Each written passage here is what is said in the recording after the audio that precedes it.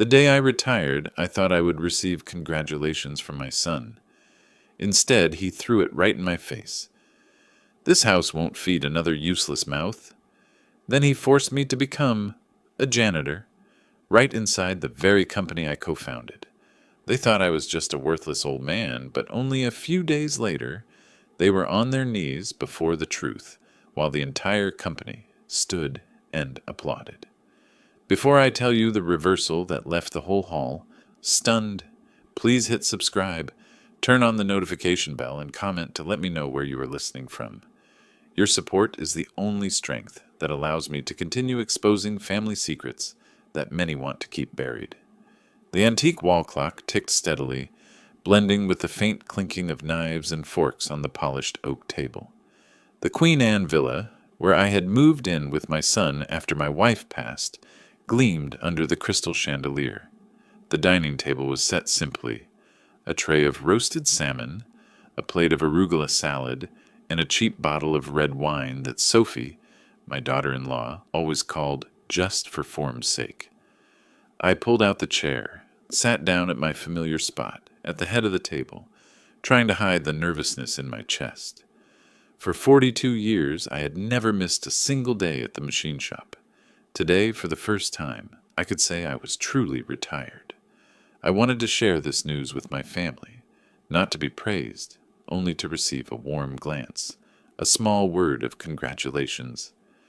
I looked at Mark, my son, swirling the wine glass in his hand, and at Sophie, slim, with eyes that always seemed to scrutinize. I cleared my throat, smiled slightly. I have good news. Today is officially my last day at the shop. 42 years. Finally, I get to retire. The fork slipped from Mark's hand, clattering against the plate with a harsh sound. Sophie looked up, her mouth forming a perfect O. I sat waiting, warmth spreading in my chest, imagining Mark smiling, Sophie raising her glass, the three of us toasting together. But only silence followed, thick as the fog outside Elliott Bay. Even the wind rattling the windows could be heard clearly. I swallowed, the smile on my lips faltering. I thought we could raise a glass together, right? Mark set his glass down hard, his voice sharp, his face flushing red. What are you doing? Retiring without consulting us? Did you even think about the consequences? I leaned back slightly, but kept my voice calm. After 42 years of hard work, I think I deserved a rest. I thought. Sophie cut me off, her tone like a cold blade. Deserve? You mean we should feed you for free? My chest tightened. Mark leaned toward me, his eyes stripped of any kinship. Listen, Dad, this house doesn't need another useless mouth. You need to find a job tomorrow if possible.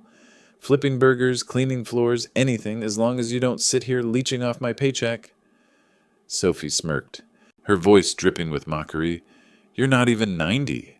My father, at 72, still mops supermarket floors. Gloves and a bucket will suit you just fine. I sat frozen, my trembling hand on the wooden table. 42 years of breaking my back so my son could have a college degree, a proper wedding. Now I was nothing but a burden, an extra body under my own roof. The salmon in front of me grew cold, fat, and congealing under the neon light. I heard Sophie set her glass down with a sharp clack. Neither of them met my eyes. They stood and walked away, carrying their contempt, leaving me alone at the long dining table. I sat staring at the two empty chairs, ears ringing, chest aching. In that golden-lit room, I felt buried in darkness. When the kitchen finally fell silent, I forced myself to stand and walk back to the small bedroom at the end of the hall. The faint smell of dish soap lingered from the wet sink.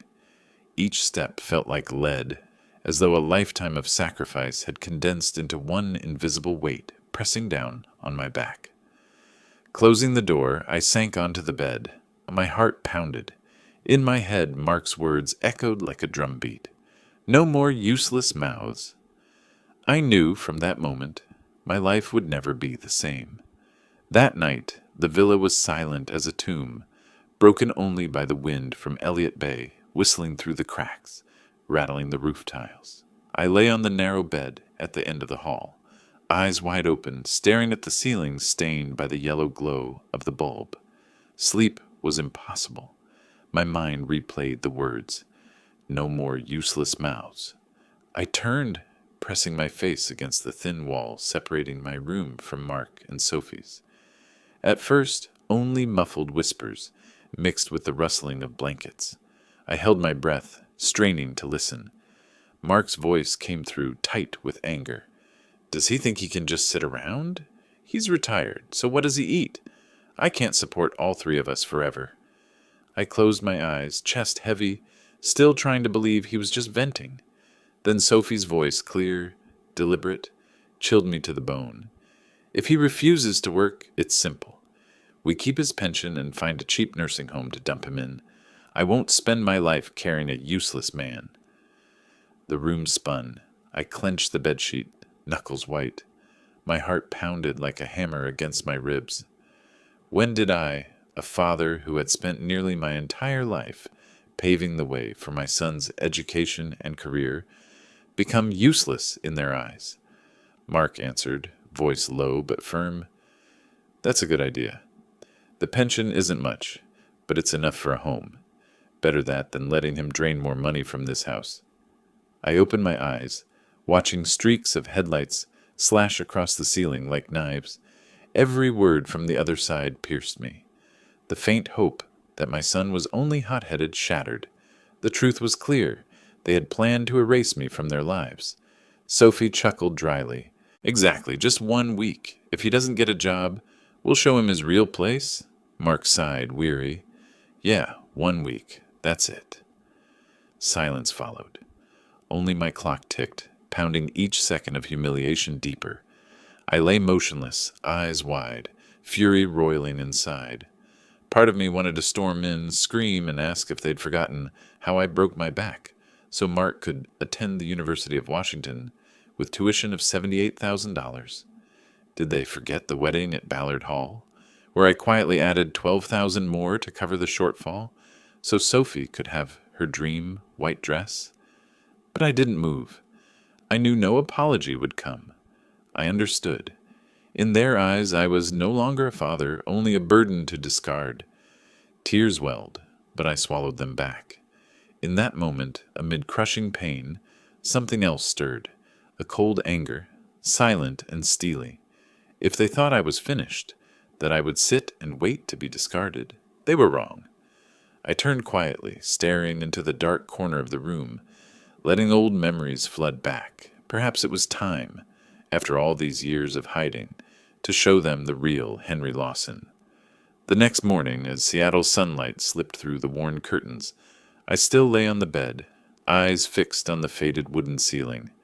I hadn't slept, not from exhaustion, but because my mind kept dragging me back to decades ago. 25 years earlier, when Mark was still a skinny boy with flaxen hair, I had made a decision that changed everything. That night, in a cramped Fremont garage, David Mercer, then just an ambitious young engineer, laid before me the sketch of Orion Tech. He needed capital, a push to turn the idea into a real electronics company. I looked at his oil-stained hands, his eyes bright with conviction, and saw myself in him. I gambled everything, pooling my meager savings and selling the ancestral plot in Bellevue, totaling $750,000 to invest in Orion Tech. To avoid legal complications and nosy eyes, we formed the Lawson Family Trust under its name. On paper, I was just a middle-aged mechanic. In reality, I held 33% of the company. That stake grew year by year, quietly sprouting like a seed buried deep. I never boasted, never told my wife, and certainly not Mark. I wanted my son to stand on his own feet, not lean on his father's shadow. Let him believe we lived only on my mechanic's wages. It would teach him resilience. My wife once asked why I wouldn't renovate the old house, why I refused a new Buick. I just smiled, held her hand, and said I preferred simplicity. She never questioned further. But the truth was, every quarter I received dividend checks, the numbers climbing. hundreds of thousands, then millions, then beyond. Now that stake was worth tens of millions, with an annual income of nearly 5 million. I had built an empire that my own son knew nothing about. I glanced at the photo on the desk. David and I in front of the new Tacoma plant, gripping hands, beaming, proof of friendship, trust, and a gamble that paid off beyond dreams. I sighed, memories and reality colliding. Last night, Mark and Sophie plotted it to lock me away in a nursing home, to seize my pension as if that was all I had left. They had no idea that the house they lived in, the car Mark drove, even Sophie's wedding ring, all bore traces of my hidden money. I wasn't angry that they didn't know. I was furious they took my kindness for granted. Inside me, a plan began to take shape. I would show them with their own eyes that I was not the useless mouth they imagined. I smiled faintly, my first smile in hours, hearing in my head David's words from long ago. Henry, some things must be hidden, so that when they surface, they strike with the force of a storm. The next evening, the kitchen still carried the faint smell of tomato sauce from a rushed meal, the neon light casting cold streaks across the long wooden table. I sat quietly in my usual place, half a glass of water in front of me, waiting for Mark and Sophie to return. The villa door swung open, and footsteps hurried in along with their muffled laughter. I lifted my head, forcing a weak smile, like a man knocked down but still reaching for balance. Mark hung his coat on the rack, glanced at me with suspicion, and asked, "You're still awake?" I nodded, lowering my voice, choosing each word carefully. "I've been thinking. You were right. I can't just sit around. I need to work again." Sophie froze with her leather bag in hand, her eyes flashing with surprise mixed with glee. She glanced at Mark, raised her eyebrows, then set the bag down and said in a syrupy but mocking tone, "See? I told you. Finally, he understands reality." I swallowed hard, fixed my eyes on Mark, and let my voice tremble just enough. "I was wrong not to discuss it first. I need to contribute. Do you have any suggestions?" Mark sat opposite me, hands braced on the table as if he were negotiating a contract, his eyes bright with triumph. "Yes. Orion Tech has an opening for a janitor. You'll work there. Clean offices, mop floors, take out trash. Simple work, no special skills needed. Perfect for you." Sophie laughed, her voice sharp as shattering glass. "Perfect. A day with a mop and you'll finally feel useful." I lowered my head, hands clasped tightly under the table, nails digging into my skin until the sting cut through. My mind flashed to the day the first Orion plant in Tacoma opened. David cut the ribbon while I stood back, cameras rolling as workers clapped and cheered. By agreement, my name was nowhere on any paper or plaque. I chose the shadows, letting all the spotlight fall on David.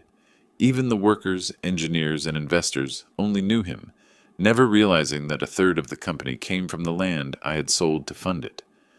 Mark was only 10 then, perched on my shoulders, eyes glowing with pride. Now, that same boy wanted to make his father mop the floors of a company built with his father's sacrifice. I looked up, forcing a smile, and nodded. "If that's the best way, I'll do it." Mark slapped the table like sealing a deal. "Then it's settled. Monday you start." Sophie gathered the dirty dishes, whistling softly like a victor after battle. I sat motionless, the neon light settling over my silver hair like a layer of frost. Outside, the wind from Elliott Bay blew in long gusts, reminding me that the real battle had just begun. Monday morning, the kitchen smelled faintly of bitter coffee as Mark's alarm blared through the hallway. I sat at the table in my old sweater, calmly staring out the window at the misty bay. Beside me sat a plastic bag holding rubber gloves and a bottle of floor cleaner Sophie had bought the day before, the price tags still dangling like cruel reminders. Mark strode in, tie still loose, voice more a command than a question. "Remember, 7 o'clock at Orion Tech. Don't embarrass me." I nodded, offering only a faint smile. When his car pulled away from the villa, I stayed where I was, slowly pouring another cup of coffee, flipping through the paper. Morning light spread across the floor, everything oddly peaceful as if the game had already been set. I didn't move. 7 came and went. 7:30. At 8:15, the phone buzzed violently on the table. I answered Mark's explosion. "Where are you? Henderson's been waiting. You didn't show, and he tore me apart in front of the whole department. I promised you'd be there. Now I'm a laughingstock." I closed my eyes, remembering the days after Mark's mediocre graduation when he struggled to get interviews. His resume was weak, his degree unremarkable. No one bit. I suggested Orion Tech. Then I quietly went to David, asked him to create a position, but kept the process formal, so Mark would believe it was his own merit. David agreed. We both stayed silent, letting Mark believe he had earned it. So now, as he screamed about Henderson, I knew David would not expose the truth. He would simply watch, silently, as he had once silently helped me nurture Mark's career. I spoke softly. "I'm sorry. Maybe I can make it up this afternoon?" Mark hissed through clenched teeth. "No. Tomorrow, 7:45. If you pull this again, I'll throw you out of the house." I ended the call, setting the phone down slowly, a cold satisfaction rising in my chest. The first move had worked. Mark's credibility had cracked before Henderson, like a wall that seemed solid until struck once by a hammer. I stood and walked to my desk, where 2 yellow folders waited, prepared weeks earlier. Inside were photos of Sophie's carelessly left documents, invoices padded with false numbers, and the real report Alan Pierce had slipped me. The comparisons were clear, the printed lines exposing the truth. I touched the folder's edge, calm as a blacksmith tending embers, ready to thrust steel into the forge. Outside, the Queen Anne church bell rang, each toll echoing the start of something inevitable. My game had begun. That evening, the villa door slammed as Mark stormed in, face flushed, tie askew, briefcase crashing onto the floor. I sat in the kitchen, still feigning calm with the newspaper. He roared, "You humiliated me in front of the company. Henderson asked why I cared about hiring an old janitor, and I had to admit you were family." The whole room laughed at me. Do you understand? I opened my mouth, but Sophie cut in, voice sharp as steel. "You're ruining my husband. Worthless old man, dragging us all down. Do you want us to lose this house too? If you won't work, then get out." Her eyes burned as the light warped her face into rage. Mark stayed quiet for a moment, then lowered his voice, each word deliberate. "Tomorrow you will go to Orion Tech. If you defy me again, you have no place here." I nodded, a faint smile crossing my lips. They thought they had me cornered, but in my heart the wall was already cracking, ready to collapse on them both. The next morning, Mark dragged me into the car, forcing me to go to Orion Tech to start as a janitor. I sat silent in the passenger seat, watching rain-soaked Seattle trees roll past. At the gate, he shoved a broom into my hands and growled, "Don't embarrass me again." I walked into the lobby, but instead of HR, I sank onto a bench, feigning shortness of breath. 7:45 came, then 8, then 8:15. I stayed seated, letting Mark face the calls, the questions, the flush of shame as coworkers asked, "Where's your father? Where's the new janitor?" By the time he realized I hadn't started, contempt already flickered in their eyes. I smiled faintly, excused myself as a forgetful age, and followed him home. I never returned to Orion Tech, but the anger in Mark's chest, of being mocked, lingered. Thursday evening, the villa glowed with yellow light spilling from the living room windows. I sat in the kitchen, pretending to flip through an old paper while listening intently. Sophie came home later than usual, her heels clacking on the wood floor, perfume mingling with the damp scent of the hall. She dropped her bag, yanked out a thick file, and barked into the phone. "I told you to send invoices on time. Next time you're late, I'll cut the contract. Understood?" Her voice, sharp as knives, bounced through the kitchen. Then she poured water, slamming the glass hard enough to spill. Through the gap of my newspaper, I saw the bold Orion Tech logo on the file cover, the company where Mark managed and Sophie oversaw finance and administration. She walked into the living room, leaving the stack on the kitchen table beside a lipstick-stained coffee cup. I stepped closer, heart pounding but hands steady as in my mechanic days. Flipping through a few pages, I saw numbers repeating oddly. Office expenses listed as $847 instead of $347. Maintenance bills inflated from $534 to $1,234. My eyes, trained by years of blueprints, caught the fraud instantly. Quietly, I raised my phone and photographed each page under the cold neon glow. When Sophie's footsteps approached, I closed the file, put it back exactly where it had been, then returned to the table and pretended to yawn like a tired old man. Sophie frowned and shot me a glare. "Why are you still sitting there? Every night you lurk in the kitchen, can't help with anything, only make things more troublesome." I merely looked up, nodded slightly, and said nothing. She glanced at me without a shred of suspicion, gathered the papers, and carried them into the room. I sat motionless, my heart pounding, knowing I had just secured a lead. That night, when the villa went quiet, I opened my old laptop and searched my contacts for the name Alan Pierce, an old friend, now a forensic accounting specialist. I typed a quick email, attached the photos, and added a single line. "Alan, please verify. Strictly confidential." 2 days later, he called back, his voice low. "Henry, this is serious. The numbers she submitted have been systematically inflated, not mistakes. Compared with the originals I obtained from the vendor, the discrepancy is nearly $24,000 over 9 months. This is clearly embezzlement." I was silent for a few seconds, listening to rain hammering the tin roof outside the porch, then replied, "I understand. Alan, please keep my name out of it. This isn't just accounting, it's family." He sighed and promised that my name would not appear in any report. I shut the laptop, leaned back in my chair, and closed my eyes. In the darkness, the pieces sharpened into focus. Mark, playing a game of humiliating his own father. Sophie, greedy, thinking she could hide her embezzlement under this roof. And me, Henry Lawson, the burden they thought I was, holding a knife hidden up my sleeve. Outside, Seattle poured, streetlights smearing over the black asphalt, and I knew my chess match was about to enter its second move. On Monday afternoon, the Seattle sky was sullen, dense gray clouds hanging low as if to swallow the city whole. I sat in my small office, the blue glow of the laptop screen reflecting off my aged face. On the screen was an email already drafted, with more than 20 attachments comparing each invoice Sophie had padded. The subject line was cold. "Financial irregularities.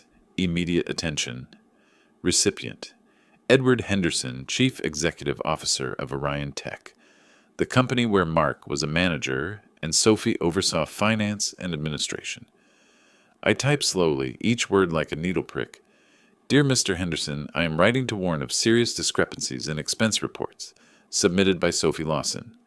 The attached evidence shows that office and maintenance costs have been systematically inflated for months, with losses of approximately $24,000. I recommend that you initiate an immediate internal investigation. Sincerely, a concerned observer." I reviewed each file carefully. On the left, the real invoices Alan Pierce obtained from the vendor. On the right, the versions Sophie submitted to the company. The differences as obvious as knife cuts. There was no doubt this was not an error, but systematic embezzlement. I drew a deep breath and hit send. The soft ding sounded simple and light, but to me it was an explosion shattering a still surface. I closed the laptop, carefully shredded the remaining printouts, fed them into the shredder, and listened as the paper was swallowed and ground into thin strips. When I finished, I sat down with a cup of hot tea and looked out the window. Rain began to fall, drumming against the glass like urgent drums.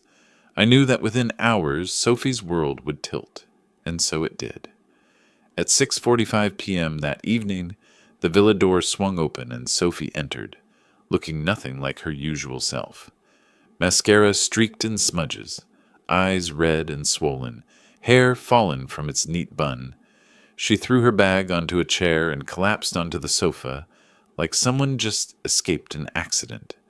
I lifted my head from the paper and asked, in a feigned tone of concern, "What happened, Sophie?" She burst into tears, sobs catching in her throat. "They suspended me. Henderson said the evidence is too clear. Someone sent him every invoice, both the originals and the altered ones. They're bringing in independent auditors and said they'll scrutinize everything I've ever done. I'm about to lose my job. I could be sued." I set the paper down, stepped closer, and let my voice carry surprise. "That's impossible. How could that happen?" Sophie buried her face in her hands and whispered, shaking, "Someone has been watching me for months. They knew exactly what I did, knew where I changed the numbers, knew every invoice I touched. I don't understand. Why?" I placed a hand on her shoulder gently, like a kindly old man offering comfort. "Sophie, it will be all right. Family has to lean on one another." But in my heart, I heard my own dry laugh. The woman who sat in her bedroom plotting with my son to dump me in a nursing home was now begging sympathy from the very man she meant to discard. Outside, lightning flashed across the Seattle sky, illuminating the faint smile at the corner of my mouth. The match had moved to its second stage, and the most self-assured piece in this house was trembling like a pawn about to be swept from the board. An engine I knew well sounded in the driveway. Mark entered, shirt wrinkled, tie askew, face gaunt. The moment he saw Sophie sobbing into her hands on the sofa, he flung his briefcase to the floor and rushed over. "What is going on? What happened to you?" Sophie choked out, "They suspended me, Mark. Mr. Henderson said someone sent all the invoices, the originals, and the altered ones. They're saying I embezzled at Orion Tech." Her voice broke, but anger still flickered. "Someone watched me for months. I was set up." Mark froze, then swung toward me, eyes bloodshot. "Did you do this? You're the only one with time on your hands. Sitting around all day snooping in this house?" I put the paper down and answered calmly. "Mark, don't be absurd. I can't even make sense of your wife's reports." Mark snarled, stepping closer. "Don't pretend. Since you retired, trouble keeps happening here. You refuse to work, and now you sabotage my wife's job. What do you want? For us to lose everything?" Sophie lifted her swollen eyes and screeched, "That's right. You think I don't see you? Lurking in the kitchen, staring at my papers? You're the traitor in this house. If I lose my job, it's your fault." Those words thudded in my ears, harsher than any rain on a Seattle street. I drew a breath and kept my voice even. "Do you two really think I could manufacture a mountain of fake invoices? Only an outsider could access that." Mark shouted, "Shut up. Don't lecture me. All you do is destroy. Tomorrow you work or you're out of this house. I swear it." In the chaos, I simply sat, folded my arms, and looked out the window at the rising storm. Inside, my son and daughter-in-law were like wounded animals, clawing at anything in reach. They didn't realize that their frantic scratches were exposing every weakness. I tipped my head back, sipped cold tea, and let their insults spill. Inside me, one thought rang clear. The match was entering stage 3. On Friday morning, Seattle's rain still hadn't stopped, each drop sliding down the car window like 1,000 small cuts. Mark sat behind the wheel, eyes bloodshot from lack of sleep, jaw clenched. I sat in the passenger seat in silence, listening only to the wipers sweep back and forth. "Don't pull any stunts," he growled, hands gripping the wheel. "Today you will work like everyone else. No more being late, no more health excuses, no more forgetfulness. If you embarrass me again, I swear I will throw you out." I nodded lightly, voice calm. "I understand. Today, everything will be different." The car turned into Orion Tech's parking lot. The tower of glass and steel rose, reflecting gray clouds as if caging the sky. Mark marched me in and tossed me a mop like tossing down a verdict. Hold this. When Mr. Henderson walks by, you act like this job is yours, understand? I took it, my hand trembling slightly, not from fear, but from the smile tugging at the corner of my mouth. The main corridor blazed with light, employees bustling past with coffee cups. They glanced at me, curiosity and pity mingling in their eyes. Mark puffed himself up. This is my father, the new employee in facilities. I personally guarantee he'll be punctual and won't cause trouble. His voice carried, deliberately loud enough for many to hear. I bowed my head, pretended to fumble, and the mop nearly slipped from my grip, drawing a few soft laughs. Mark inhaled as if savoring power. Then firm leather steps clicked. Edward Henderson appeared, silver hair neatly combed, face bearing the authority of a man who had steered the company for more than 2 decades. He stopped the second his eyes fell on me. Time froze. 1 beat, 2 beats. Mark smiled confidently and introduced, Mr. Henderson, this is my father. I think he's the perfect solution for the janitor vacancy. Henderson frowned, stared at me, then turned to Mark. His voice was slow. You just said, this is your father? Mark nodded briskly. Yes, I assure you he'll be obedient and won't bother anyone. The moment stretched, and then Henderson let out a short, icy laugh that silenced the hall. He stepped closer, his gaze drilling into Mark. Mark Lawson, do you even know who your father is? He is not a janitor. This is Henry Lawson, a founding shareholder of Orion Tech. Without him, this company would not exist. Every eye in the corridor swung to Mark. He blanched, mouth hanging open as if he had swallowed hot coals. Whispers rippled. Founding shareholder? Mark's father? My God! One employee even let out a burst of laughter. Mark turned ashen, shook his head, and stammered, No, that's impossible. My father is just an ordinary worker at another shop. You must be joking. There's no way my father has anything to do with Orion Tech. Henderson looked straight into his eyes, voice dropping. Of course, your generation wouldn't know the first days. 25 years ago, Orion Tech was just a small garage.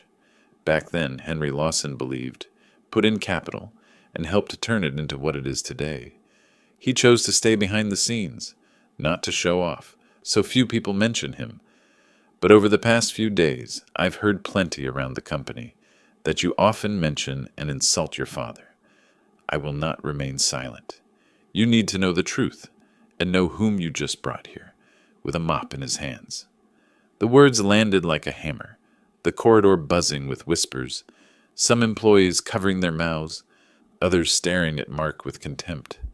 Mark stood rooted, face chalk white, lips trembling without a sound. I set the mop down, straightened up, and looked toward Henderson. He nodded, his voice full of respect. Henry, I should have said this long ago. I smiled lightly and replied, Everything has its time. Mark looked at me, his eyes surging with panic, denial, and humiliation. At that moment, his arrogant mask fell away, revealing his true face, an empty man who understood nothing about his father and nothing about the place where he was standing. Outside, the rain kept falling, but inside me, the sky had never been brighter. Night had fully settled by the time the car stopped in front of the villa. Mark sat behind the wheel, both hands still clamped to it, sweat soaking the back of his shirt. He didn't say a word the whole drive, breathing hard like someone fleeing an accident. I opened the door, stepped out slowly, and the sound of the door slamming rang into the night like a death knell. In the living room, Sophie was already seated, her face pale, with dark circles under her eyes after a day of suspension. Seeing her husband stumble in, she sprang up, her voice shrill. What is wrong with you? I've called you a dozen times since the afternoon, and you wouldn't pick up. What did Mr. Henderson say? Are you implicated at Orion Tech, too? Mark ground his teeth and shouted back, Shut up, Sophie! I've had enough humiliation. It's all because of this old man. He whipped toward me, eyes blazing. You set me up. You wanted to disgrace me at work. You can't possibly be a shareholder, a founder. I don't believe it. I never will. Sophie jerked, head snapping up, her watery eyes flashing. A shareholder? A founder? Him? Henry Lawson, who sits in the kitchen all day, drinking tea, reading the paper, contributing nothing but spending money? Are you sure Henderson didn't mistake him for someone else? Mark growled. He made it up to protect my father. Henderson and he knew each other before. They must have fabricated that story. Sophie let out a harsh laugh, her tone mocking. Exactly. An old man shuffling around the house, making everyone miserable, could never have laid the foundations for a multi-million-dollar company. No way. I don't believe it, and I never will. I pulled out a chair and sat, pouring a cup of hot tea slowly, the scent of leaves crowding out the damp in the air. My voice remained calm. Believing it is your choice, Mark, but the truth doesn't need your acceptance to exist. Sophie clutched her head and wailed, God, this is a nightmare. I lost my job and you were mocked by the whole company. We're going to lose everything, all because of him. She jabbed a trembling fingernail at me. If you hadn't retired, if you weren't freeloading, if you hadn't meddled in the company's affairs, I wouldn't have had to do this. Mark collapsed into a chair, raking his hair, muttering, Impossible. Impossible. My father is a failure. How could he have hidden that his whole life? I sipped the tea, set the cup down, and took an old phone from my pocket. My finger pressed a familiar number. The screen lit with the name David Mercer. I looked straight at my two children, then hit call and turned on speaker. Henry, are you all right? David's voice came through deep and warm, tinged with concern. I answered softly. I'm fine, David. But here, some people don't believe what you and I went through. David cleared his throat and continued. I've heard the story. I got more than 20 missed calls from your son today, but I didn't pick up. I wanted to wait for you to speak. How do you want me to handle this? The company is abuzz. Everyone knows you were among those who laid the foundation. The room was so quiet, we could hear the rain on the eaves. Mark stammered. Then Sophie rushed in, the two of them talking over each other, voices shaking. Dad, we were wrong. I was just under pressure. I never knew the truth. Please don't let this get out. We can resolve it within the family. I looked at them without a trace of hesitation. My voice came down like a hammer. Too late. Apologies after humiliating your own father mean nothing. Tomorrow, at Orion Tech headquarters, you and I will speak plainly before the whole company. No more hiding, no half measures. The truth goes on the table. I lifted my head and spoke slowly into the phone. David, I want an all-hands meeting tomorrow. Notify the board and the directors. It's time everyone heard this story from beginning to end. David hesitated for a beat, then answered crisply, I'll arrange it. I ended the call and set the phone on the table. Thunder rolled outside, lightning casting a stark light over Mark and Sophie's stunned faces. In that instant, the board had flipped. I was no longer the one being humiliated, but the only person holding the key to this household's future. The next morning, Orion Tech headquarters was packed. Rumors had swept the offices. Everyone knew Henderson had called all managers and staff together. Tension saturated the great hall. Hundreds of eyes waiting. Henderson took the podium and spoke clearly. Today, I want everyone to know a truth. The man standing there, Henry Lawson, is not a janitor nor a freeloader. He is one of the founding shareholders of Orion Tech. 25 years ago, when this company was just a garage, Mr. Henry invested and laid the foundations for what Orion Tech is today. A wave of murmurs burst forth. Every gaze swung to me. I rose slowly, back straight, voice steady. That's right. I chose silence for many years so my children would stand on their own. But that silence became an opening for them to treat me as a burden. My son and daughter-in-law, Mark and Sophie, not only forgot their father's contributions, but pushed me into the role of a janitor in the very company I helped fund. To them, I was only a useless old man. Sharp breaths rippled through the room. Mark stared at the floor. Sophie trembled, lips working soundlessly. I paused, then said firmly, Today, before all of Orion Tech, I announce the following decisions: not to gloat in revenge, but to preserve the company's honor and teach my children a lesson in responsibility. Each word landed like an axe. First, Mark Lawson is suspended from his managerial position. If Mark wishes to continue working at Orion Tech, he may do so under one condition only: starting from the janitorial role, the very position he decreed his father should take. He must prove through action, diligence, and respect that he deserves trust again. No exceptions, no titles, no status. Prove it, and we will consider his future. The hall buzzed with whispers. Mark gripped the chair, face chalk white. Second, I continued, voice cold but not without mercy, Sophie Lawson, given the financial fraud the company has preliminarily reviewed, will have her contract terminated immediately and her file forwarded to legal for further action. At the same time, Sophie will undergo an internal financial investigation and fully repay the embezzled amount. If she cannot repay in cash, she must accept an alternative: work at Orion Tech in a janitorial position until the debt is repaid through labor. I will not allow family debts to be shifted to others. If the fault is yours, you will pay with your own work. Many faces showed surprise, but there was agreement among them. Henderson nodded, expression stern. This decision maintains discipline and transparency. No one is above the rules. One more thing. From now on, I will not shelter those who forget their roots in my villa. That house is no longer a refuge for ingratitude. You want independence? Then be truly independent. You treated your father like a burden. Now learn to stand on your own 2 feet. A round of applause, neither loud nor raucous, but meaningful, rose. People were showing respect, not merely because I was a founding shareholder, but because of a resolve paired with principled compassion. They looked at me differently, not with fear, but with respect for a decision both strict and humane. I looked toward the board and concluded, this is the fairest path forward: discipline for those who did wrong, opportunity for those willing to change, and transparency for the company.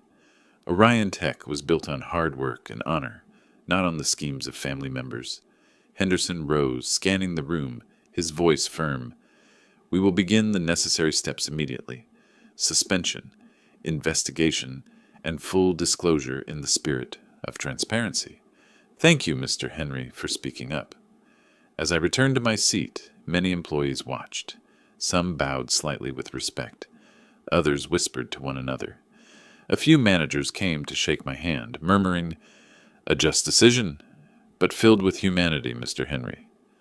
Outside, the rain still poured heavily, but inside the hall the air seemed to blaze. A new chapter had opened, and the man once dismissed as useless now held the balance of justice, not with narrow power, but with a fair test, one that let the wayward find redemption through real work. No begging, only proof. After that fateful morning at Orion Tech, everything shifted like a storm clearing to reveal a bright sky.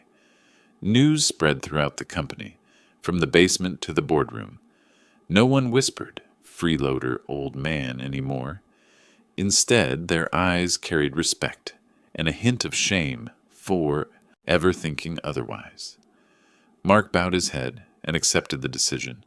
He stayed at Orion Tech, starting at the lowest rung, the very job he once wanted to force me into. Every day, people saw Mark in uniform, mop in hand, scrubbing floors.